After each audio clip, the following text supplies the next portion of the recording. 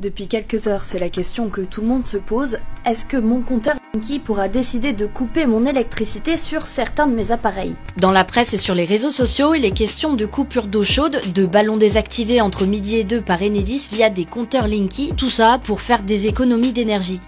Alors forcément, ça fait un peu peur, mais la réalité est un peu plus complexe. Le compteur Linky, il ne permet pas du tout toutes les horreurs qui sont dites à son sujet. Pour tout ce qui est, par exemple, chauffe du ballon d'eau chaude, oui, il faut des dispositifs complémentaires, et c'est quand même une bonne preuve, justement, que le compteur Linky ne pilote pas les usages en douce.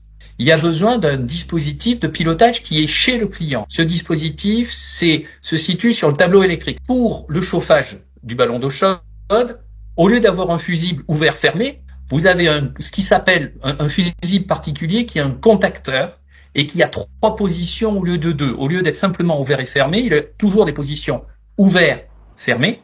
Mais en plus, il y a une position qui est je lance le fonctionnement du ballon d'eau chaude quand je reçois le signal heure 13.